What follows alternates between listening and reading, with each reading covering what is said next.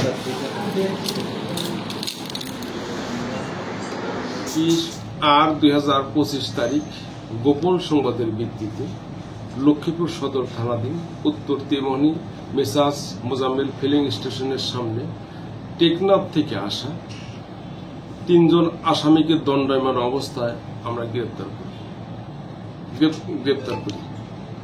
গ্রেপ্তারকৃত আসামির পেটের 2 জন আসামির পেটের ভিতরে লুকানো এ পর্যন্ত আমরা 5500 পিস ইয়াবা উদ্ধার করতে সক্ষম হয়েছি। প্রথম আসামির নাম নুরুল আবছার, 2 নম্বর আসামির নাম হচ্ছে মোহাম্মদ আব্দুল্লাহ, 3 নম্বরের সময় শুকুর আলী। আমরা মাদক ব্যবসায়ীর যে মোবাইল ট্র্যাকিং এর মাধ্যমে আমরা এই গোপন সংবাদ পাই। মাদক ব্যবসায়ী টেকনাফ থেকে রওনা দিলেই আমরা আমাদের এনটিএমসির যে মাধ্যমে আমরা এই তথ্যগুলা এবং আসামিকে গ্রেপ্তার করতে সক্ষম হয়েছি। প্রথমে আমরা পেটের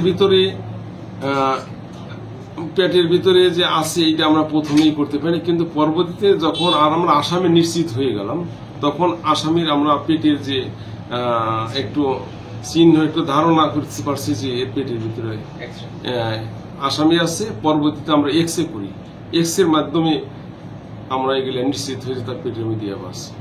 ভিতর থেকে আমরা